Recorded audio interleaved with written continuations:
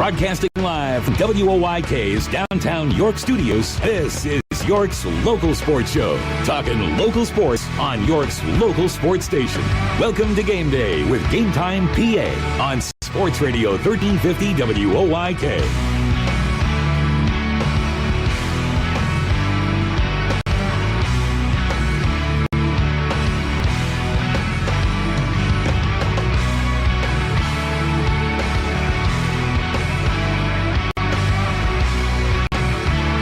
Welcome to Game Day of Game Time PA here on Sports Radio 1350. Another beautiful day here in March in York, PA. I just want to say that was probably the most.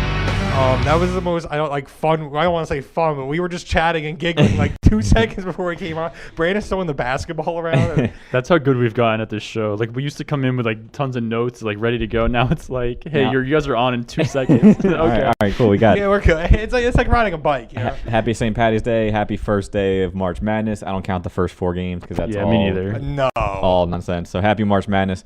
Teddy, Zach, how you guys doing today? Fantastic. Chilling. It's been really nice weather out. I just feel, I love covering the wrestling, but now that it's over, I feel like free. I have this free time a little bit to like relax. I can sleep. I feel like I haven't seen Zach since before wrestling season. Like during wrestling season, he's just like in another world. The postseason is 4 weeks. Like that's rough out. That state championship or whatever the last one was took like 4 days. 3 days. I was like, how is this still happening? 3 days, but it's all day. Like me and Andy were at the Giant Center more than Andy last night was like, I got there like 8, 9, 10, and I left like 12:30. I was like, yo, bro. He's not kidding. I would, and because I live in Hanover, it was drive back, like get 7 hours of sleep, hop right back in the car, and go straight back in the morning.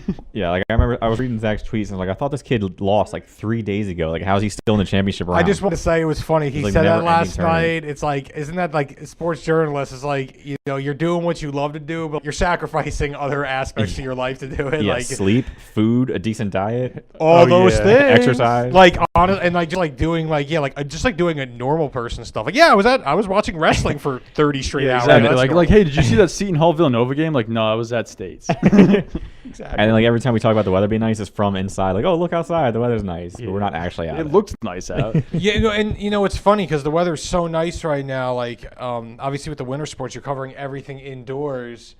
It's like you hope the weather just stays like where it needs to be. Because this is actually a nice time of year. If the weather does kick into high gear, then you get to chill outside for some games. If it's like 30 degrees, freezing rain, you're covering the 6th inning of a baseball game. That's a different story. Yeah, that's what we got last year. It was a lot of cold, bad weather. I covered a track meet in like early May, and I had gloves on and a hat. It was even crazy last year. The fields didn't even thaw out. Like, I felt like it took 2 or 3 weeks to play the first baseball, softball game. All the spring practices were indoors, and then like the couple lacrosse games into the season, I was at Spring Grove for a red line game. It was at nighttime. It was like 22 degrees, freezing rain or something like that. It was terrible. Yeah, and I gotta say, on Tuesday, we did our all-star wrestling shoot up at Spring Grove High School. And the way you drive up to the school? I was driving in, a beautiful day out, and out there's like baseball teams practicing, softball teams practicing, track and field teams practicing. It was fantastic. It was so nice out. That's a cool feeling. I will say that's one nice day covering like the sports in a warm weather state. Like, I never even thought about that. I came here last year and they're like, baseball couldn't be getting pushed back. That was never an issue, in the Southwest ever, but obviously different climate here, without question. Now, Teddy, everyone who's watching us on a live stream right now, whether it's 4 people or 400 people. I think it's 400. Okay, let's lean toward 400. They have us on one tab and March Madness on the other tab, so I got to ask you for some Final Four picks. Give me who you got right now. It's sports related, so give me who you got. I went A&M, I went Kentucky, I went Kansas, I went Virginia. I got Kansas-Kentucky meeting. I got Kentucky going all the way on. Okay. Brandon's going to hate my bracket.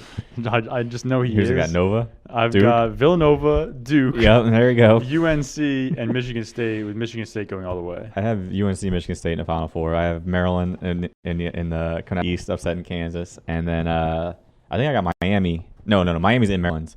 The other one is Oregon or Oklahoma. I have one of those two. Oklahoma's good. But Buddy Hield is nice. Oklahoma's good.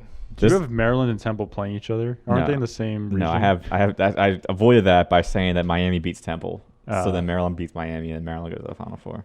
I got you. For a lot of these things, like, I'm not gonna lie. I love basketball, and I used to really be into the college hoop scene. I've kind of fallen out of it a bit the last couple years, but like, I saw Temple. I'm like, you know what?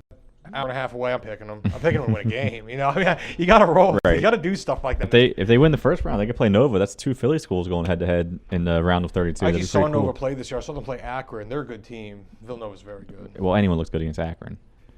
No, Akron wasn't bad. You know what it was? Brandon's gonna poo-poo anything Villanova, so Yeah. don't even bother. Okay, Yeah. that's I'm gonna trash Yeah, I thought anything Akron Nova. was a nice little mid-major program, but Nova definitely. I mean, no one was keeping up with their Teddy guards. seems like someone that loves the mid-majors. Are you one of those? Obsessed with the Yes. mid-major. Yeah, obsessed with the mid-major. Yeah, we'll like someone will randomly bring up like East New Mexico State, and Teddy will be like, "Yep, the Golden Gophers." It was funny. Someone brought up Marquette basketball the other day. You know, you'd figure I'd be like, Dwayne went there. I'm like, Channing or Jay Crowder went there. I was like, what about Dwayne Wade? Yeah, I'm all about the mid-major underground players. I was always about Marquette's uniforms. I love their uniforms. Yeah. But anyway, back to our local news. Sorry, we got caught up doing some March Madness, some big stuff in football yesterday. We're going to talk about it more later in the show, but York High made their coaching hire. Russ Stoner, he was for those of you who don't know Russ Stoner, he coached 16 years at Central as an assistant under Brad Livingston, 10 of those being a defensive coordinator. They had some great runs with those two together. And then he went and coached Spring Grove for 4 years. They went 1-9 their first season with a bunch of leftovers from the previous regime. And then he won the division title in his second year there. He ended up going, I think, 18-25 overall, but that first year really skewed it. But in 4 years, he went to the districts twice. He's been gunning for this job. Afterward, he said, I've wanted this one for about 3 months. He's been waiting on this one. He went to a lot of their games last year. He thinks he can help turn that program around. He knows there's a ton of talent in the city. And he said one of his cool quotes was, this is my hometown, this is my hometown's team. Like, this is the York High. This is York's team. I want to get them back to where they belong and get them back to where they deserve to be. So he's fired up and ready to go. And from the early reactions on social media, it seems like the players and parents are pretty excited to have him too. You know him well, and I want to say you even played for him a little bit when you played hoops at Central. He dabbled in basketball for a year or two. So I got to meet his family yesterday, and how he introduced me. He's like, this is Brandon Stoneberg. When I did that 1 year in basketball, I helped coach him. Okay. Pretty sure he called me Sunshine during basketball season. He thought everyone was soft who played basketball. If you didn't play football, you were soft. So you're Sunshine. Right. He brings his own style to the table. I mean, what do you think? What do you think of the fit? I think it'll be a good fit, and we'll have more about this. We have a column coming out maybe Sunday, hopefully Sunday about We're working this. on that. We're working on that part, but I think he's a good fit. I think their biggest issue last year, what everyone was saying, was there was no respect between the coaches and players, and the coaches didn't demand anything. And if there's one person who can fix that issue, it's Coach Stoner. He's going to demand respect. He's a very big players coach. He's in your face, but he'll make you want to. Like when he coached me, I wanted to run through a brick wall, for him. He has that kind of like passion with you. You want to play hard for him. He gets that motivation drive. He's a very good motivator. Some people have he almost is polarizing sometimes, where he'll say whatever's on his mind, so he can kind of be in that Rex Ryan mold. But he's for some, he's not for everyone. But he's for some, he's not for everyone. For the people that he's for, that they run through the wall. They run through the wall for him. And I think this is what York High needs right now. They don't need someone who. The issues what people said with Heinl was he wasn't in the weight room. He wasn't there during the offseason. That's not going to be an issue with Stoner, if that's what the problem was. That's what people are saying. Right. We don't really, yeah. But that's not going to be an issue with Stoner. Let's be honest. It's a hard job. It's a hard job. It's a tough fan base. They demand a lot. It's a tough gig. I think any coaching job in football at this time, nowadays, even basketball, parents are tough now. I mean, they lost. They went 0-10 last year, and they didn't come within single digits of anyone. It was a awful 0-10. Yeah, I mean they got blown out every turn of the way. So I think with Coach Stoner, I'm cool with the move. I like what he brings to the table. I'm all about the straight shooter that's got some fire in his belly. He's definitely got a fire. You know what I mean? I think. Hey, we'll see. We'll see what he brings to the table. He's got to get kids to play. I know I would have to think they have skill at the skill positions. There's a list of NFL players who have come out of York High. The talent is in the city. What do you got? But no one wanted to play for the previous coaching staff. So if he gets them out there and gets them going, I saw some kid yesterday tweeting in Facebook, and if they were hitting the weight room today, that's how fired up they were. Let's get ready for season now. Let's get out there. And he said they're going to get to work right away because it's going to be a transition. They're not going to go 8-2, 9-1 next year. It's just not going to happen. If they do, that's going to be huge. Yeah, insanity. That'd be the greatest story ever. Ever. It will be the greatest. It'll be the greatest story in high school. I think fans are going to be patient for him. His first year at Spring Grove, they won 1-9 because he was changing the culture there. And then the second year, they won a division title. I can see a 2-8, 3-7 season this year, and then them being a contender again the following season. Yeah. But I think it's a great hire. We'll talk more about it. We will at the end of the show. Right now, we have Zach Miller on here. Like I said, he's been in a Giants Center covering wrestling for the last month and a half.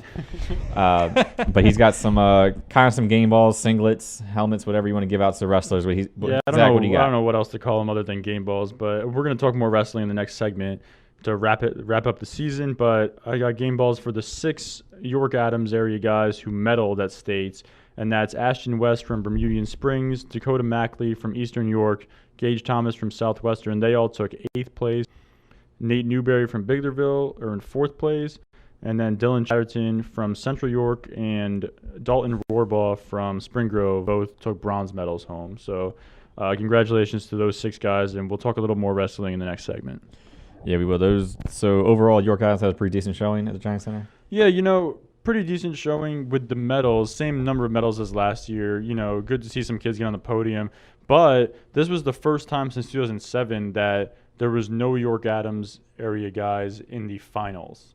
Of course, we had Chance Marsteller, 4 years in a row. That kind of helps make sure you have a finalist every year. But with Seth Janney, who was a finalist last year for Southwestern, transferring out of the district, nobody quite was able to get into the final, although 2 guys did take 3rd. Was Janney back this year? Was he there? Well, he goes to Malvern Prep now, which is not part of the PIAA. Okay. So he was not competing at the state tournament. Okay, gotcha. Yep.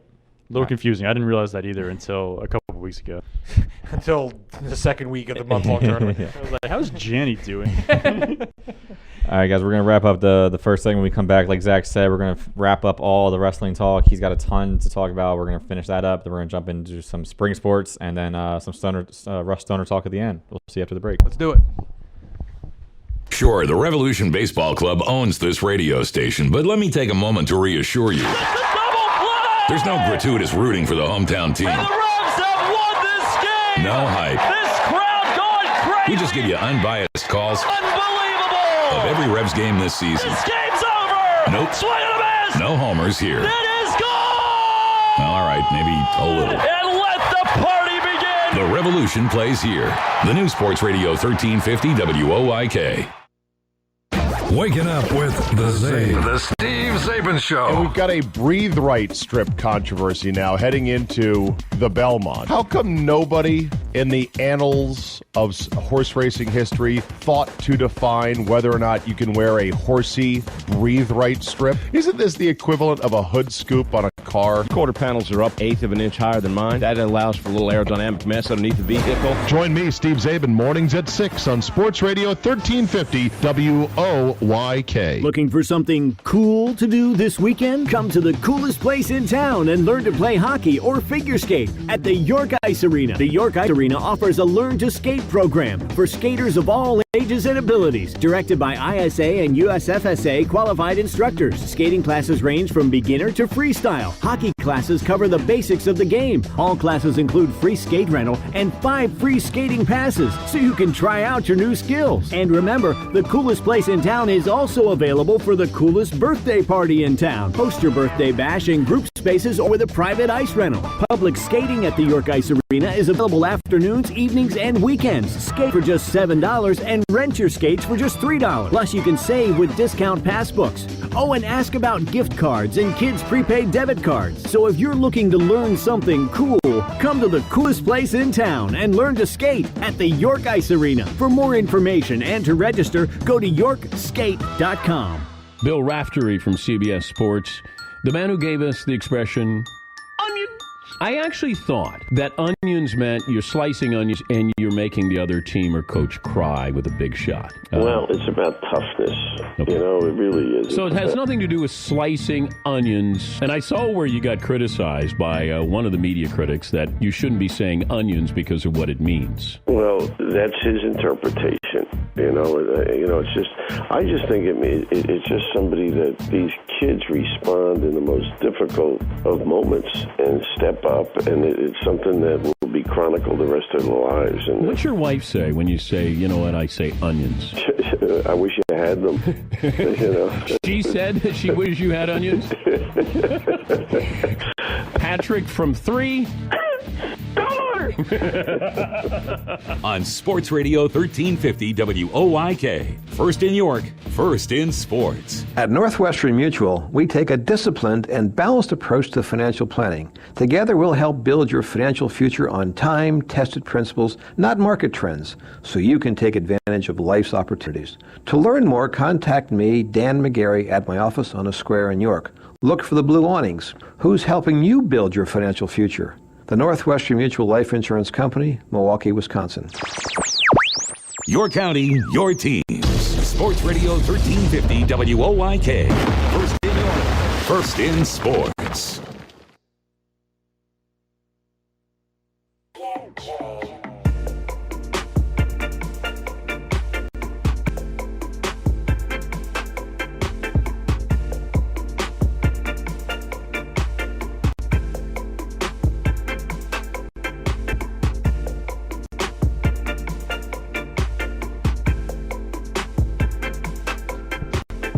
Welcome back to Game Day of Game Time PA here on Sports Radio 1350 WYK. This segment's all wrestling. We've negated the wrestling talk the last few weeks without Zach. So you lovely fans in that fan base will now get to hear all about it because he was at the Giant Center for what seemed like 3 weeks covering the state tournament, and before that there was regionals. 3 months. There was regionals and there was sectionals and there was counties and there was all kinds. It seemed like there was 4 or 5 different tournaments at the end. Sectionals, districts, regional, states. That's the progression. 4 postseasons for one sport. Seems interesting. All right, Zach, take it away. You gotta weed the guys out and make sure the best ones get to Hershey. That's right. All right, so what'd you see at the Giant Center? Well, we saw a local kid do something that's never been done before at States. That's Dylan Chatterton from Central York. He's a senior. He's been kicking butt for a while. He medaled. Broke his nose. He did. That's not what I was gonna say, but yeah, he did. At districts, he broke his nose, and he'd been wrestling with a broken nose for the remainder of the postseason, and like a lot of blood time used to clean up bloody noses during matches. So I just want to say, I know there's you have things you have to get through, but the dude had a bandage over his face. He looked like Bane in the picture. He literally, at districts, they had to pop his nose back into place.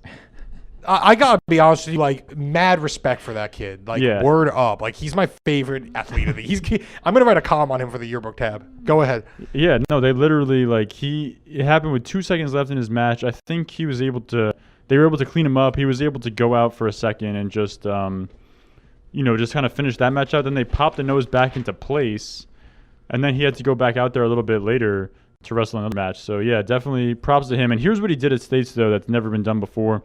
Since the format was changed last year to allow 20 wrestlers instead of 16 at each weight class at States, he's the first one to ever be in a preliminary match, one of those, to get from the round of 20 to the round of 16, to lose there and then win out and end up third place. So he lost and then won 6 matches in a row. He wrestled 7 matches in 3 days over the weekend with a broken nose, by the way. And he ended his career with a third place medal. He had medaled his freshman year. He got 5th when he was really little, 106 pounds. Came up a little short of the podium his sophomore, junior year, got back up there as a 145-pounder. Now I looked up a picture of him his freshman year. It doesn't even look like the same kid. He was like a little boy. Now he's that's awesome. A little man, essentially. So, yeah, that was probably the most remarkable thing I saw all weekend. So we had some other names there. We had Nate Newberry was there. Gage Thomas was there. Mm-hmm. The other one, Rohrbaugh also got 3rd. He's a sophomore from Spring Grove. He's 106-pounder, little guy. He's a 2-time qualifier. He has a chance to be the first 4-time qualifier in Spring Grove's history. No one has ever done that before. He looks like if he stays healthy, he'll be well on his way because he made it last year, and then this year he was tough all postseason. He only lost 1 match in the regular season, won his sectional title, won a district title, got to states, got to the semifinals, lost to the defending champion who ended up repeating, dropped back down to wrestlebacks, though, and bounced back with 2 really decisive wins against kids that won other regionals. So he had a fantastic season, only 2 losses the whole year. I think 40 wins. He tied he broke the wins record for a Spring Grove sophomore, tied the pins record for a Spring Grove sophomore. He probably would have had more if everyone didn't forfeited him during the regular season because he's so good. But yeah, those guys both had the best state runs of anybody. But like you said, we had a few other medalists too. Yeah, the wrestlebacks was something else that had to get explained to me this week. 'Cause someone was like, "Yeah, they're doing wrestlebacks now." I was like, "What does that even mean?" Yeah, I mean that's just if you lose, no matter when you lose, kind of, unless you lose in the final and you're second place. Anywhere else you lose, you still have a chance to get third place. Mm-hmm. So if you kind of get an unlucky draw and you're facing the best kid in the world in the in first round and you lose. If that happens in NCAA basketball tournament, you're out. Your tournament's over. Here, though, it gives you a little bit of a chance to prove that you're one of the top guys. If you're going to give medals to first place, second place, third place, they make the tournament run so you really get the right guy in third place, not just the guy who was able to get to the semifinals necessarily. That might be two different people. Now, last year you came right in the midst of wrestling season. It's like your year anniversary, basically. I feel like you got here the week of districts. I got here, so I jumped right in and covered districts my first week. Man, was I happy! Yeah, I bailed Brandon out. Yeah, I remember. I was like, this Miller guy knows wrestling. Now, I guess my question is the atmosphere there. I mean, it's renowned. People talk about the state wrestling tournament here, the Pennsylvania wrestling scene. I feel like I owe it to everyone involved to get up there one of these years just to see it. Other listeners out there, what it's all about, and just kind of what you took away from that. Yeah, I mean, it's a cool atmosphere. You got 4 to 6 mats going at a time, and you got. I think the first 2 days of the tournament, there were 5,000 or 6,000 people in the house for each session. They usually split it up into 2 or 3 sessions each day. 5,000-6,000 people in. And then the last day, I think it was 9,000 something for 2A, 10,000 for 3A. And I mean, the fans, they know their stuff. I'm very good with keeping track of what's going on with the York Adams kids. I don't necessarily know the history of some of the kids in other places, but I have Andy Meese with me, and he would have good to have on today, actually. Yeah, he knows everything. Like, the crowd starts getting into it. Like, what's going on with those kids over there? Like, oh, he's from Pittsburgh. Like, Andy knows everything. He keeps me in the loop. But one thing that was really cool that I saw this year in 2A, there was a weight class, I think it was 120 pounds, where 3 of the kids in the weight class were defending champions from last year, all from 3 different weight classes. And then there was also a kid in that weight class who came in second last year. He beat all 3 of the defending champions in a row on the way to winning his state title. He was from Athens area high school. And the crowd, I mean, when he won his championship, that was as electric of an atmosphere as I've seen in the Giant Center ever. Like, the whole crowd was into it, rooting for him, because it was a great run that had never happened before in the history of the state tournament, that someone had beaten 3 defending champions in one tournament. Was it, when you say crowd, are we looking at 8,000, 9,000, or is it not that? Are we looking at 4 or 5? No, it was 9. It was probably 9,000 for 2A, 10,000 for 3A is what they announced today. I mean, I want Giant Center. Giant holds 10,500. Yeah. And I mean, the only seats that were empty is way up in the rafters, kind of on each, behind where baskets would be if it was a basketball game. You see some empty seats up there, but on the sides, going the whole way up, I mean, it's packed. That's amazing. Yeah, and most of the people, too, like, I mean, I'm sure they're there just cheering on kids from a team or maybe even just one kid, but a lot of them, they're in tune with what's going on, and if something's happening on another mat that's like what I was explaining with someone pulling off an epic run that's never been seen before, they know, and they get into it. And, it's exciting. There was also a match. There's a kid from Exeter Township who gave some of our kids fits all season, and he's the kind of kid that can come out and score 20 points in a period, tech fall you before you even had time to break a sweat. And he was going up against a kid who I guess has won a world championship. And the kid from Exeter lost 15-0. He just got like demolished. But the place was buzzing for a little while after that match. Like, people were excited to see that one, and the place was still, there was some energy in the air just from how excited people were.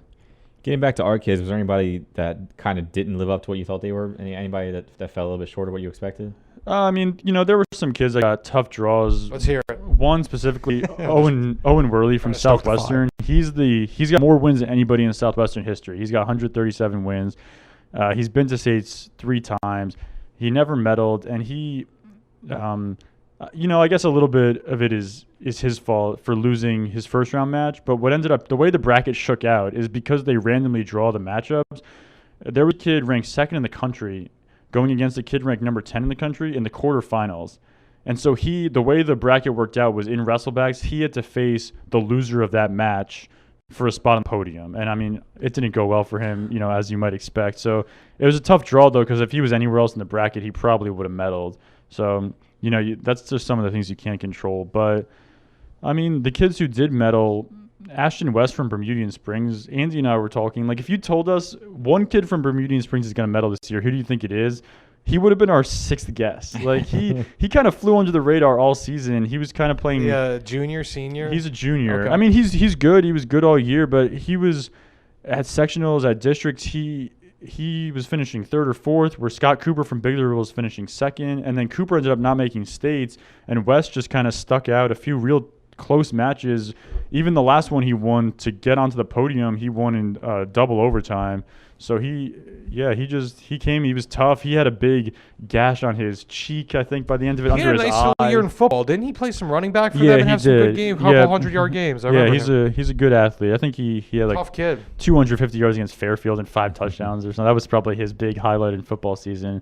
But yeah, I mean, he's a tough kid. Fairfield run defense had a tough time with Ashton West that night. Yeah, but I was not, it was nice that he got to states, but I wasn't expecting much from him this year. But he got onto the podium, ended up finishing 8th. Mackley from Eastern, Tom Hunt did a good story about him and how he's the youngest of a few brothers who never medaled at states, and he was kind of the first one. He was kind of jobbing his brothers a little bit, like, hey, look what I did after, and Tom kind of captured that. Right? So that was cool for him. Gage Thomas from Southwestern, 4-year starter for them, hadn't been to states until this year, got there, won a really tough match, an ultimate tiebreaker to get onto the podium, beat a kid from Cumberland Valley that he had lost to at districts in the semifinals. So a little revenge for him, plus a medal. Nice to see him go out that way for his career. And Newberry got 4th, his second career medal. He wrapped up a pretty good career. I have one question that pertains to wrestling, but it doesn't have to do with the tournament. You also did a story on Jordan Conaway, New Oxford. Yeah, I wrestles did. at Penn State, and he's going to be in the NCAA tournament this weekend. That starts today, actually. It starts today. I mean, if you want to kind of share some information on it, I find it intriguing. Yeah, so he's got the most wins in New Oxford history. He is New Oxford's only state champion ever. His dad used to coach New Oxford for a long time. Check out the story for sure on Evening Sun website. But he had kind of an interesting run to get to Penn State. He was supposed to go to Liberty. That's where he had decided he was going to go. And after he won his state championship, Liberty cut the program. They said, we're just going to drop it down to a club program for Title IX concerns, things like that. Now he's left. What do I do? Well, by now he's a state champion. Talk about left holding the bag. Yeah, well, By this point, though, he's a state champion. He went to another tournament and really put himself on the map with some good wins. So this time around, he was getting calls from everybody. As soon as Liberty cut the program, every major college coach is calling him. And Sanderson from Penn State gave him a call. And Sanderson, if you don't know, he was a 4-time NCAA champ, undefeated. He's a legend, exactly. So when he called, obviously being from Pennsylvania, they listened for sure, and they went and checked it out. And not too long after that, he committed to Penn State. He's kind of, Penn State's obviously got a good team. He's kind of bounced around where he is in the lineup a little bit, finding the right weight for him. But he's in at 133 pounds this year as a senior. He's found his spot. He's ranked as the number 5 seed in the NCAA tournament this weekend. So he's looking, he took an 8th place medal home last year, so he's looking to improve on that a little bit. And he wants to win a national title. That's his goal. But I would hope so if he's there. I mean, it would be disappointing if he was shooting for anything less, but more power to him. It's a really good story. But, definitely to leave with another medal would be a big deal for him. And he has definitely had an interesting story, a little uncertainty along the way that everything's kind of worked out for him, and he's always been able to weather the storm and just keep getting better. It's an awesome story. Last thing, just to finally put the final bow on wrestling season, what's your biggest takeaways from the whole season? Pretty solid year all around, what you said for the York Adams, but if you have 1 or 2 takeaways from the whole season, what do you got? Yeah, I mean, it was a good season. My highlight personally was the Spring Grove Southwestern dual meet. Like, that was just, you want to talk about atmosphere. Yeah. It was insane. The photos from there people were bloodthirsty out of that stand. Yeah, I mean, you had a whole student section from Southwestern. It's not a very long trip. They made the trip. You had the rivalry aspect of it. You had both teams being undefeated in the division title on the line. I mean, the way it worked out too, with the weight they started at and the way the coin flip went, Southwestern was able to build a lead. Spring Grove came back. Some really good matches at the end, like 2 matches with the triple overtime towards the end. Like, it was just insane. Like, it was probably the best atmosphere I've seen at a high school sporting event since I've been covering high school sports. Like, I wish every event would be that crazy. It was awesome. Yeah, that's what it's all about. That's why I asked about the atmosphere of Giants. There's nothing like that stuff. Yeah. Especially in this area. All right, anything else from wrestling? That'll do it for the season? Yeah, it was a great season. I enjoyed covering all of it. Enjoyed talking to you guys about it. Zach's a little winded now. We're gonna give him. Thank God Zach came on. Yeah, we're gonna give Zach the commercial break to catch his breath. We're gonna talk some spring sports when we get back. We'll see you after the break. So it's York Revolution baseball season. And good! A walk-off home run! That's a double play! Unbelievable! And the Revs have won this game! Are you kidding me? This crowd going crazy! Can you believe it? Cue up the cannon! This baby's over! Yep, it's kind of exciting. The Revs play here. Sports Radio 1350 WOYK. Did you know that Shipley Energy can take care of all your energy needs? From heating oil and propane to providing your home with electricity and natural gas. We also provide heating and air conditioning service and installation. All of your energy needs are under one roof at Shipley Energy. To learn more, visit ShipleyEnergy.com. Call 855-4-SHIPLEY and don't forget to ask about our $100 rebate. Shipley Energy. Energy for life. Previously on the York Revolution pregame show. Everett George is our interview guest. Everett was signed up. Was it the whole homestand? Yeah, the whole homestand. And which was how many games? 7 games. And you lasted in your role how many games? 1 game. Have you been fired anywhere before? Never. Post-game meal came down, and it was pulled pork and beans. I said, well, where's the buns? Where's the soda? Where's the water? And the coleslaw didn't come down till after everything was out. But I know what I can do. I can make a meal better with pulled pork, with beans. That's the reason I got fired, because I asked too many questions, I guess. I don't know. Yeah. Well, they did me a favor. I don't have to, I can have 6 days off. Revs Baseball on Sports Radio 1350 WOYK. Security in life isn't something you just wish for. You build it with a strong financial plan. Start with Northwestern Mutual. Together, we'll design a disciplined and balanced approach to financial security, because reaching your goals is something we both want to work toward. To learn more, contact me, Dan McGarry, at my office on the Square in York. Look for the blue awnings. Who's helping you build your financial future? The Northwestern Mutual Life Insurance Company in Milwaukee, Wisconsin. Your county, your teams. Sports Radio 1350 WOYK. First in York, first in sports.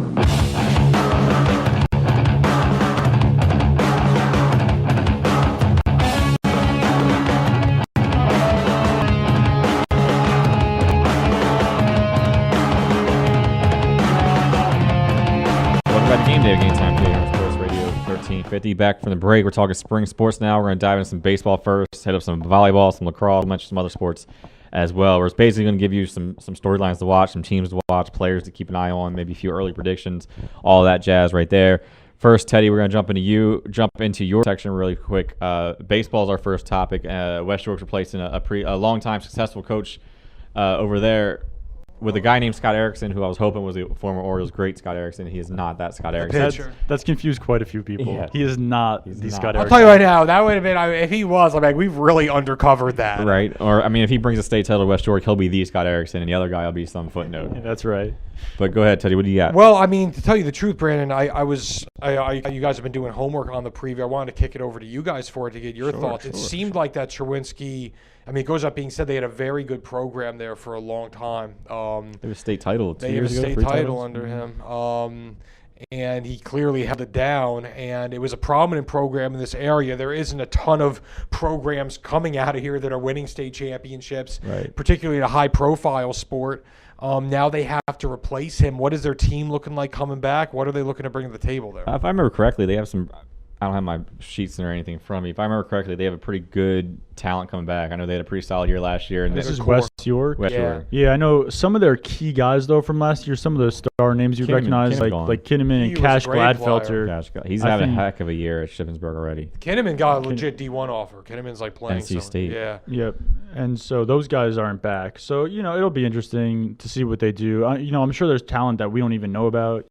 But yeah, the big names that you would recognize are not coming back. So a new coach starting fresh a little bit. It reminds me a little bit of what happened at Spring Grove last year. With new coach came in, a lot of new players came in, but they just kept it rolling. Yeah, exactly. They just kept it rolling the way they had been for a while. It's kind of like That's a good point. It's kind of like their football program too. Is after Miller left, he left after a really successful run. He took a big senior class with him, and then Jones came in and had a pretty average year. But it might take him a little bit to get going, but they're a good program and their youth program solid. They've always had they've had a long history of being successful. They've had a lot of kids come up through the pipeline, so they're going to be. I mean, if he's not good this year, they'll be right back at it. I think it's kind of nice too for a new coach to start with a new group of guys. You're not walking in. A lot of times it's an assistant or something from the previous year, but you're not walking into a situation where all these guys have been here for a while and you're the new coach. You're all kind of starting on the journey together, Yeah. Pardon my ignorance, but is he coming from the program or is he kind of outside coming in? That's a solid question. Yeah, I'm actually not sure about that either. I'm honestly looking it up right now. I guess the reason I ask is just the simple fact that he obviously has a big shoes to fill, and I just wonder, it goes up being said that he has big shoes to fill, and if he's kind of familiar with the program, he can kind of step in. But sometimes it's also nice to get some fresh blood in there too. So big challenge for him, no question, to fill those shoes. But just checked on their All-Star from last year, Brett Kinnaman. He's played in 4 games at NC State. He's 1 for 4 at the plate so far. If you're getting a D1 offer to NC State, I mean, that's pretty legit. ACC doesn't mess around. Not a joke. No, it's not. It's no joke at all. And his former teammate Cash Gladfelter is at Shippensburg. We did a story a week or two ago in Shippensburg. I mean, they have 7 guys from York County on their roster, and Cash Gladfelter's one. He actually moved. He was a middle infielder All-Star for us last year here at West York. They moved him to first base this year. They liked his athleticism a lot and wanted to get him more playing time. He is a real tall guy. Probably works for first base. Yeah, he's been very successful. He was hitting, when I talked to him about a week ago, he was hitting 300 plus. They said his transition. He'd only played 5 games at first base, and they said he looked like a natural there. They've also got Austin Allison, a central grad in center field. They got one of the Hoyles from Spring Grove. Yep. Dalton. Boy, the beard. Yeah, they got. No, I think you're thinking of his brother Derek. Maybe both. Yeah, both. One of them had a beard. They've got Spangler from Spring Grove. They got a Dallastown kid, a Dover kid, a West Shore kid. So they're pretty loaded with their roster from our area. Yeah. Speaking of Spring Grove, Zach, we expect them to make another run. What'll be interesting is that last year they had no expectations to really worry about. This year it's almost entirely the same guy. The only one they lost was Anthony Reed, who was their number 2 pitcher last year. Everybody else is back. Matt Brooks obviously is the big name, but I mean every role player at every other position other than Reed is back this year. So based on that, you'd expect them to have a good season again. Everyone at Media Day was talking about them as the favorite to win the league, to win the division for sure. But you always wonder how a team's going to react when there are actually expectations this time around. Where last year they were able to play a little looser, fly under the radar. No one was expecting anything. But I know they've been putting the work in. They know what the expectations are. They know what they did last year, and they want to come back this year and prove it and do even better than they did last year. They ended up going to states but getting no hit at states. They want to improve on that for sure. So, yeah, I think it's reasonable to have high expectations for them, though. With so many guys back from a team that just won a division, how could you not? And, I mean, DeLone and Littlestown were pretty decent down there last year. Southwestern started off pretty hot down there. Yeah, well, Southwestern, they've kind of been coming from a couple down years. I think they won 3 games 2 years ago, only ended up winning 6 last year. They kind of fell off a lot at the end. Yeah, they lost Kyle Robinstein, who's probably their best player, but a lot of the team is on the younger side. Division 1's going to be tough because I know Red Lion's supposed to be pretty tough. Dallastown always seems to have a decent program. People have a lot of respect for New Oxford and Coach Scott Anderson, that he'll have a program ready to go. So Central's supposed to be pretty solid now this year. Yeah, so Division 1 is kind of wide open. It's easy to peg Spring Grove as the favorite, but it's not like they're going to walk over it. There's no easy wins in Division 1 this year. Right, exactly. So you never know. I mean, down in the Hanover area, DeLone has a bunch of guys back, but they are missing, like, Hunter Keith was their main pitcher last year. Chase Kint's going to be their big pitcher this year. I haven't really seen him pitch a lot last year. But, yeah, they definitely have some guys back. It usually kind of comes down to them and York Catholic in that division. I don't know that Littlestown is a new coach. I don't know that they're going to be great, although they started really hot last year. So, maybe if they find a little more consistency, maybe they can do that. Although they're Division 3 in baseball. And Eastern York's going to be tough this year. They still have the two pitchers from last year. They're going to be tough. Eastern's pitching staff is very good. You mentioned Dallestown, a Redliner, supposed to take pretty big steps forward. Susky's been mentioned as a possible surprise team. Yeah, I would say keep an eye on Gettysburg too. That's a team that has a lot of guys back, and really, I think had a better season than people realized last year. They had a weird situation where they kept having suspended games, like games where they were tied in extra innings and then it either got too dark or started storming or the plate broke at Littlestown. The home plate broke. That's right. I remember that. And they couldn't continue playing. So they had a lot of like unfinished games during the season. And then when they did finish them, they actually ended up pretty close to making districts. They did pick up a lot of wins. So most of those guys are back too. I would definitely say they're a team to keep an eye on in Division 3. And just to go back to our Shippensburg guys, I looked it up. Cash Fletcher's in 296 as a freshman, 1 home run, 7 RBIs in 15 games. He started 15 games for him. Grant Hoover, another York Adams guy, 316 average, 1 homer, 13 ribbies. Austin Allison from Central, 339, no home runs, 11 RBIs. And then Dalton Hoyles, 413, 3 home runs, 19 RBIs. 19 RBIs in 17 games, hitting 400 plus. It's a pretty good baseball area. Yeah. I mean, the fan base is good. There's some pretty good talent that comes from here. You could make the argument it's kind of a baseball community. I mean, I think that it can kind of go a couple different ways, but it's there. We've had baseball teams make runs to states, which we haven't had in other sports as often. I mean, and we mentioned West York already. West York's won a state title. Bermudian won a state title not too long ago. Yeah, Spring Grove seems to always be there. Always right there. Eastern's really good right now. So it's definitely a pretty solid area. We'll jump into boys volleyball quick, as always, or as has been the last couple of years. Is basically Northeastern and everyone else. I mean, they've won 2-3 straight state titles, and they bring everyone back. It's unbelievable. Yeah, they're going for a national title this year, right? Did I see that? They won a their club team, which is made up of their entire high school roster. Basically, they play the club game together and have their own team. Is going to nationals over the summer, and it's the top 36 team in the country. But most of that is like a Dallas Fort Worth All-Star team or a Spokane Seattle All-Star team from a large metro area, not just a little portion of the York area. This is just Northeastern's varsity team. It's crazy, and they're going toe to toe. These. Yeah, some of the other schools I was looking on it, and it's crazy. Yeah, it's like Los Angeles All-Stars, and it's like everyone from Southern Cal, all the best volleyball players from Southern California. It's like L.A., Miami Beach, York County. Yeah, and it's not even York County; it's just Northeastern. They might add a stringer from Central, but it's just Northeastern's team basically, and they're hanging with them. They've done it the last 2 years. The first year they got there, they finished like 25th or something like that. Last year, I think they got up to around 20 or 19, and this year they want to get a little bit further. But they bring everyone back. They got Reese Devilbus, who's an Ohio State commit. He's all-American. He's back again. These guys look like they've been here forever. Jeffrey Reynolds, who picked up the sport in high school, a great basketball player as well. Dominant. He's back. He's an all-district type of talent. Brandon Aaronson's on that line too. I mean, they're Matt Schaefer. That whole starting lineup is it's an all-star team by itself. Of course, Central, who's a defending state champ too, has to replace Brad Livingston, so that'll be interesting. Not a defending state champ. They won a state champ 2 years ago, not last year. I think they were quarterfinalists last year. Had a good run, though. My apologies. Had a good run. But anyway, he had some success there, or a lot of success there. Oh, for sure. Livingston had a lot of success there. They've been to 20-something district titles. Now, they hired his assistant. They hired his assistant. They went with Todd Goodling, who that was a very, very popular hire in Central York. A lot of the alumni, a lot of the former players wanted him. He's been next to Brad for 20-something years now. And I think from my understanding, Brad, he was a big delegator as a head coach. So Todd, obviously, Todd's done a lot. He did a lot. He's very involved, and that's what he said. He wished nothing for the best for Brad. He wants to make Brad Livingston proud. But he said Livingston never made him feel like an assistant coach. It felt like they were just all head. They were both head coaches. That's right.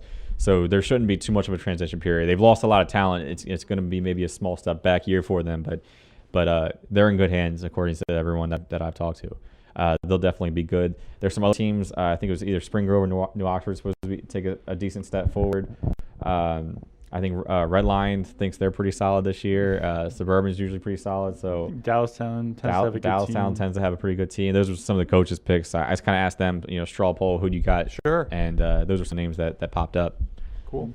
And then how about lacrosse? You're our lacrosse expert here. So what? Yeah. Why did it take this long? I was waiting for somebody to bring it up. I know. Yeah. I mean, give us the some of the top girls and boys teams, and also tell us a little about the feature you did that came out yesterday. It sounds like we got a girl come up from Maryland, so she's from Maryland, so she's a really good player. I think Brandon predicted last week that she's going to score 9 zillion goals. It seemed pretty high. That was the lead in the story, is that there's kind of a stereotype from Maryland or maybe even New York, you're automatically going to be a good lacrosse player. And I brought that up to her coach, and she kind of laughed. She's like, you know what? They're probably right when it comes to her. And like, she's actually she's the real deal. She fits the stereotype. And where's she playing at? She's playing at Red Lion. Okay. Red Lion was already pretty solid. They were pretty solid. They were kind of a borderline playoff team, maybe a little bit above 500, bringing everyone back, and then add an all-star from Maryland. So they could make some noise. And she's committed somewhere Division I, right? Cincinnati, which is a pretty solid D1 program. Her list of offers was great, though. I mean, she chose them over solid lacrosse schools. Marquette, Drexel, Towson were also in her top ones. She narrowed it down to Cincinnati or Drexel. She said that she went 12 hours through a blizzard to do her Cincinnati trip, and she said after that you might as well commit. You know what I mean? He came that far. If that didn't ruin it for her, then yeah, go there. She said she showed up and the campus was beautiful under the snow, and she met the coaches and loved it. But she said, I couldn't come back. I couldn't drive 24 combined hours and not commit to a college basically. I think she made a good choice. So yeah, it was a good choice. But she's gonna be pretty solid. She was like an all-league type player down there, pretty good school. She plays midfield. She's expected to have a pretty good year. Red Line will be pretty solid. Braxton Reddinger from New Oxford is back again. She's been one of the top goal scorers for years. She's a senior. Now that Morgan Day's out of the way, or no longer here, it's kind of Reddinger's. Reddinger would have won the scoring title in pretty much any other year except for she had Morgan Day in front of her. So now she scored 77 last year. I think she could hit 80, 85, 90 in that range. She's 12 short of 200 for her career. UMBC commit. She's been committed. So she'll knock that out in like a game. Yeah, they're pretty solid. They got Riley Bateman with her too. Another really good young scorer, so New Oxford will be pretty solid. Around the league, this is York Catholic's year for sure. I think this is definitely. I mean, they bring back 9 starters or something like that. I think it is. They bring back 3 all-stars. I mean, they're loaded. Girls, yeah. They were very good last year. They went neck and neck with KD. They went neck and neck with KD, but KD loses Morgan Day, That's what I'm saying. who set the national record for goals. They lose Day, Davis, and Duty. So it's York Catholic's time. So, I mean, Kennerdale always reloads. Kennerdale's still going to be up there, but there's blood in the water. It's this year, and Kennerdale's won like 6 straight league titles. They haven't lost a game to a league team since 2011. But so, yeah, on the girls' side, I would say York Catholic. If I had to guess right now, would be 1. I'd put KD and Susky kind of 2 and 3, and then maybe a Red Line at 4, West York at 4. They'll be pretty solid too. On the boys' side's really, this is the deepest boys' league we've had in maybe ever.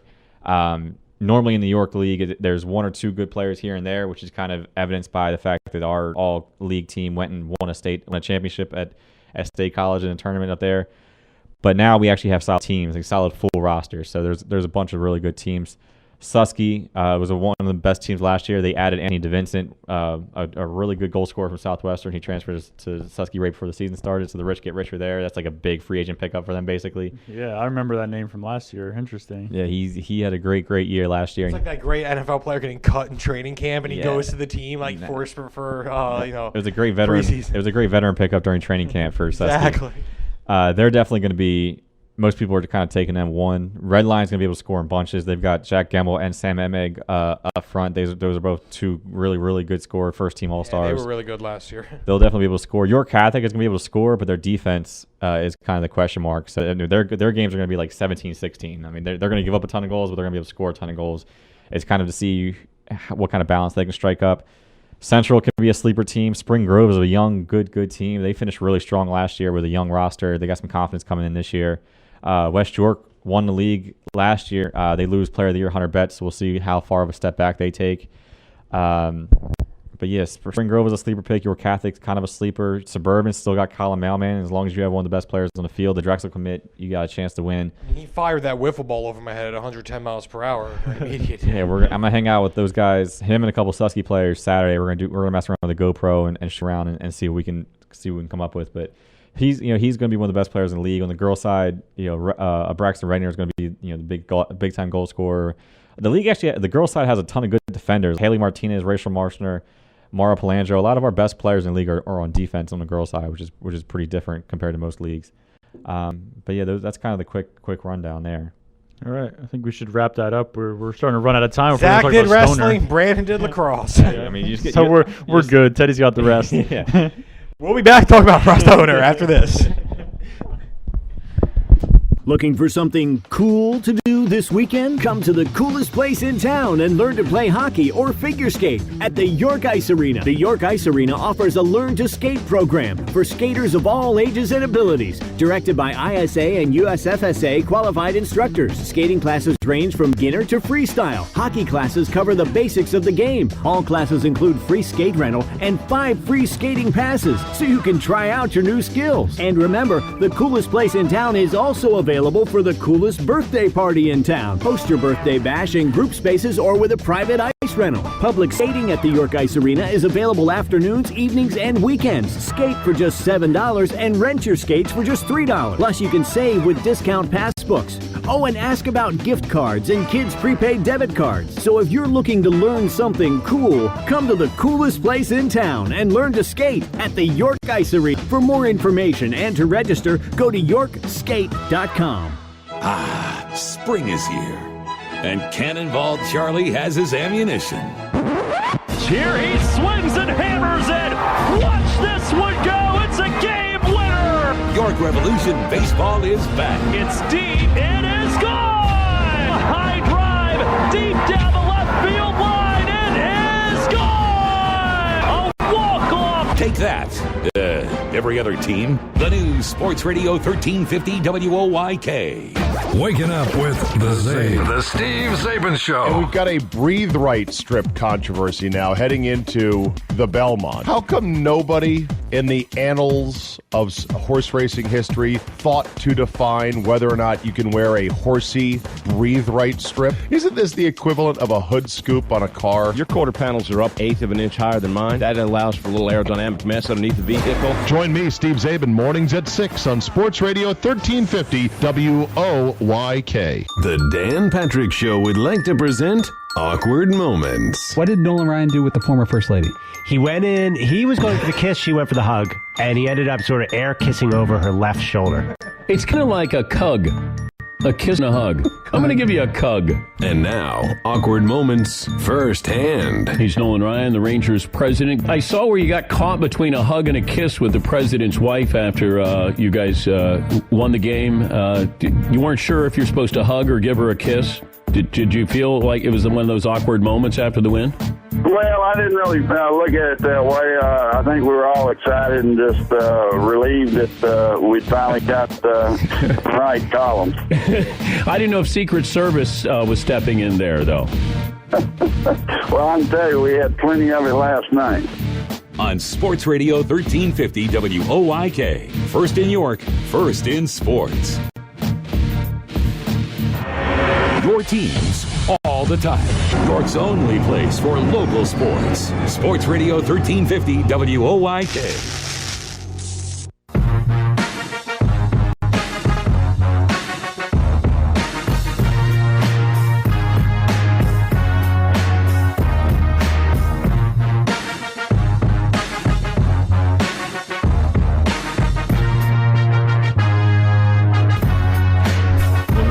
GameTimePA on Sports Radio 1350. I know sometimes some Caps games on the station they're bragging about how great the Caps have been. They're at 105 points in the NHL. No, you were. We were not. I care less about that team. Anyway, this is our final segment. We're just going to touch on some other talking points. Teddy, we're going to revisit the Stoner thing. For you guys missed the beginning of the show, Russ Stoner was approved last night by the board.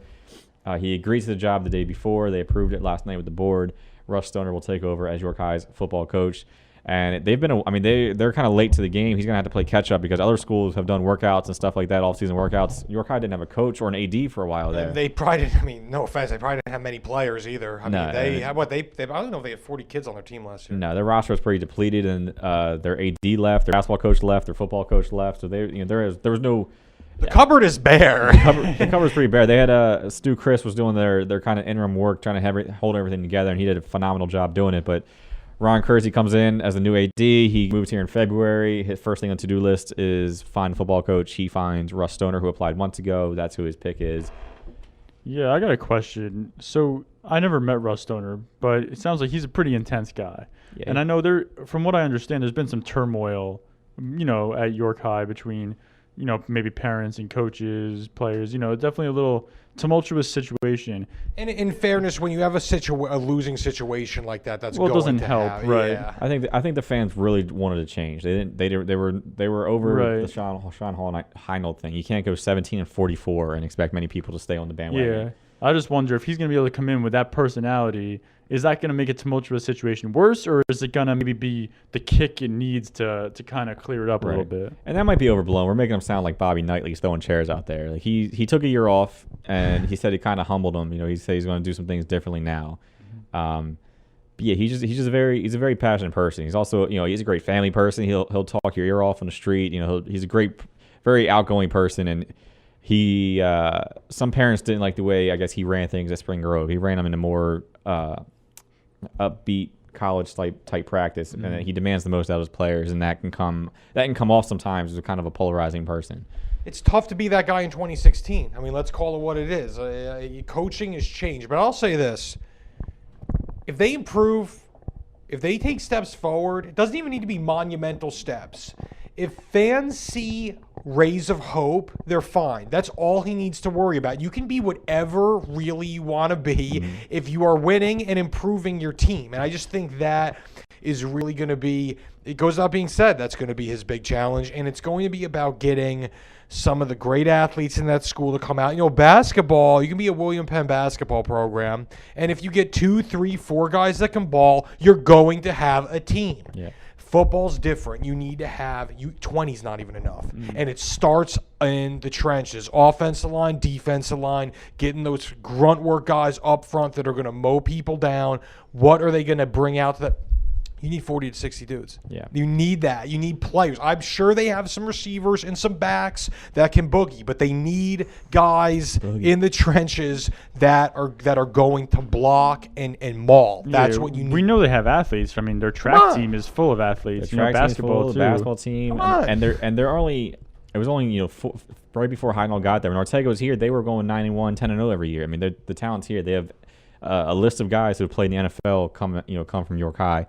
I think the first thing he has a decent staff put together already. He's going to try to fill it out the next week or two. He's going to hopefully have some York High greats come back, like the Richard Muldrow was a great player. He wants to have him come back. That'd be big. Wayne Tribune, former player of his at Central, went to play at Temple, plays with Philadelphia Soul now. He had a stint with the Saints and Denver Broncos. He might come back and coach as well, which would be big. But he's an offensive lineman. There you go, right in the trenches. Stoner's background's on defense, so York High's defense is going to be better. They're not going to be as bad as they were last year. And he's going to want to run the rock. And he was a all league running back at West York back in the day. And he likes to run the ball. So when he was at Spring Grove, they had DeLauder, who was one of the best running backs for years in the league.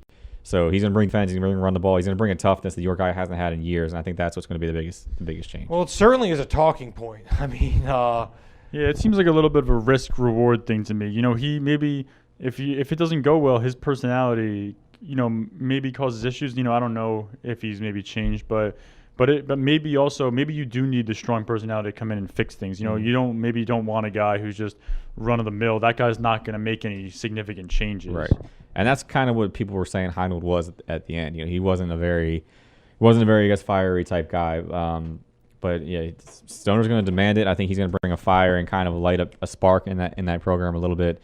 And I think they need it. They need a kick in the butt right now because too many kids were skipping practice and skipping school because they didn't care anymore. I will say this: there are some programs out there where you could have Nick Saban there, and this is college pro and maybe even the NFL. I've never had I've never dabbled in the NFL, but where you can't win, and the question is, can they win? There is no worse situation in the entire world as a coach than when you have zero hope. And those situations do exist. Last year, they looked hopeless. Yes. Can he get hope there? That's got to be his number one thing, the feeling of belief. And that's what Ortega, former coach who did really well, I was talking to him on the phone for a story we did, and he said Nick Saban couldn't have won there last year. I know, He's like, exactly. With the way the program was, Saban could have come in here and not turn that team around. And that's the type of thing, when you're a coach, that's how you have a nervous breakdown. So you have a nervous breakdown in those situations because you just want a fighter's chance. They're no different than us. If you feel like you have a chance, you're good. Right, and he's going to hold kids accountable. I think he's going to have that. But I mean, at Spring Grove, he was beloved after a year or two, and then he kind of rubbed people the wrong way eventually, and things went downhill after 3 or 4 years. So we'll see how long his welcome lasts. Like I said, I think they'll go 3-7ish this year. And that's still a huge improvement. Right. If they go 3-7 this year, he's getting Gatorade shower. As honestly, 2 or 3 wins this year, I think would be a good step. Especially considering the schedule, Division I. Plus, they're probably going to play Reading, Harrisburg, and those teams again. Yeah, the schedule's going to change a little bit now with the new classification, so we'll see what they end up doing. But they need more than 35, 40 kids. They do. They on the field. Participation, and it's got to start now. I know he's going to be in the weight room. He's going to be in the classrooms this week for sure. So we'll see. Central's up next. Central's the last team without a football coach. They got to get their stuff together. So we'll see what they do. It should be coming soon. I mean, AD Marty Trimmer said by the end of March is what they were hoping. Bill Cowher? That's a joke. Yeah, I think he's available. I think John Gruden's hanging around too. Cowher wants to stay on CBS. That'd be insane. How much time left? Are we wrapping it up? All right, let's cut it out. That's it for the week. We'll be back next week to spring sports start next week, so we'll have more spring sports for you next week. Thanks for tuning in. Adios. First in York, first in sports. Your only local sports station. The new Sports Radio 1350, WOYK, York, Pennsylvania.